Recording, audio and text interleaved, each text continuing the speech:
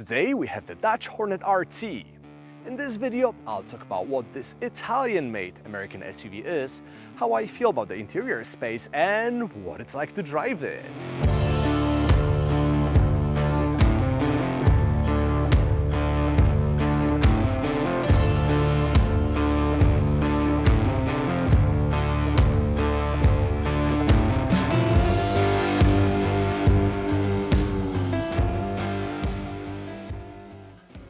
Yes, you heard me right in the beginning, the Hornet is made in Italy alongside its cousin, the Alfa Romeo Tonale.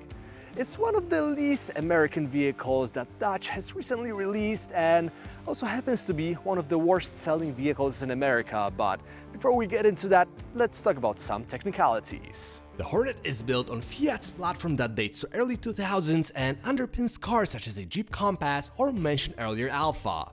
It is strut front and strut rear, and to keep the brand's performance spirit, Dodge offers the Track Pack that includes things like an adaptive suspension, 4-piston Brembo brakes, or 20-inch rims wrapped in Michelin Pilot Sport all-season tires.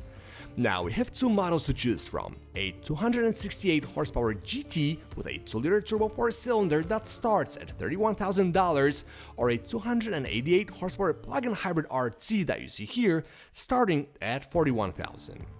As a PHEV, the RT uses a 177 horsepower 1.3-liter turbocharged 4-cylinder that powers the front wheels and a 121 horsepower electric motor mounted on the rear axle.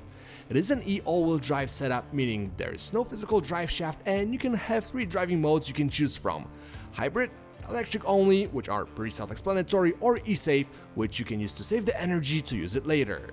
Speaking of energy, fully charging a 15.5 kWh battery should take about 2.5 hours using a level 2 charger, and that'll get you around 30 miles of electric range.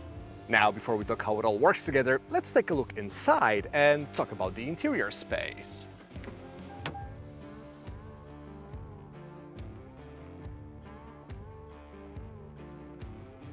The interior and the dashboard design are probably the best things of the Hornet, and surprise surprise, that's because it's a rebadged Tonale. Basically everything was carried over from the Alfa, and that's not necessarily a bad thing as it elevates the quality of this cabin, giving you a feeling of sitting in a well-built product. Another positive aspect is a logical layout and the amount of physical controls. The Hornet is an easy vehicle to live with, which is not so obvious these days. The storage across the cabin is okay with decent sized door pockets, but the center console only has 2 cup holders and a wireless charger for your phone, and the trunk is rather tiny. That's the one thing about the Hornet. It's not gonna blow your mind with the amount of space it offers. The back seat is pretty tight, and as a 6'1" man, I felt cramped back there. Different story when it comes to the front seats though. They are comfortable and offer great support, but one thing I would change is the sitting position. It is way too high for a sport-oriented SUV. The technology works the way it should. Android Automotive-based Uconnect 5 system is pretty logical and easy to use, has smooth graphics and animations, and the digital gauge cluster is fairly customizable, displaying all the relevant information, including the map.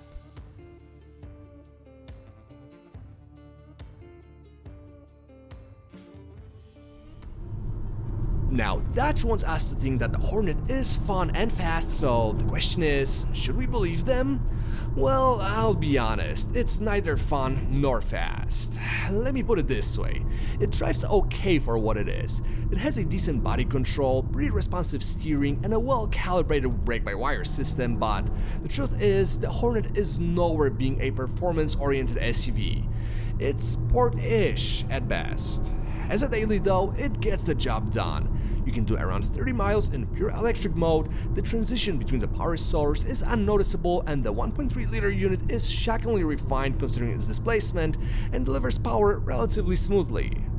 I can't complain about the ride quality either.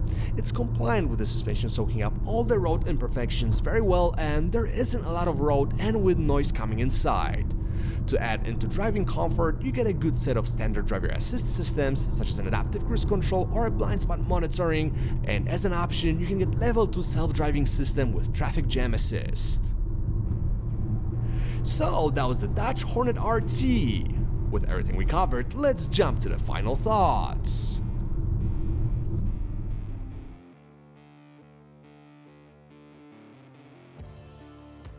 As of October 2024, the Dodge Hornet is the worst selling vehicle in the US, and I think I know why. First, we have to look at the price and what this car offers. It starts at 31 grand, 55 has tested, and while you can argue it's a sport-oriented crossover with 260 plus horsepower, it doesn't offer as much space as the competitors do, and the fact that it's an American vehicle based off of an Italian car makes the reliability questionable, especially when something like a Toyota RAV4 exists.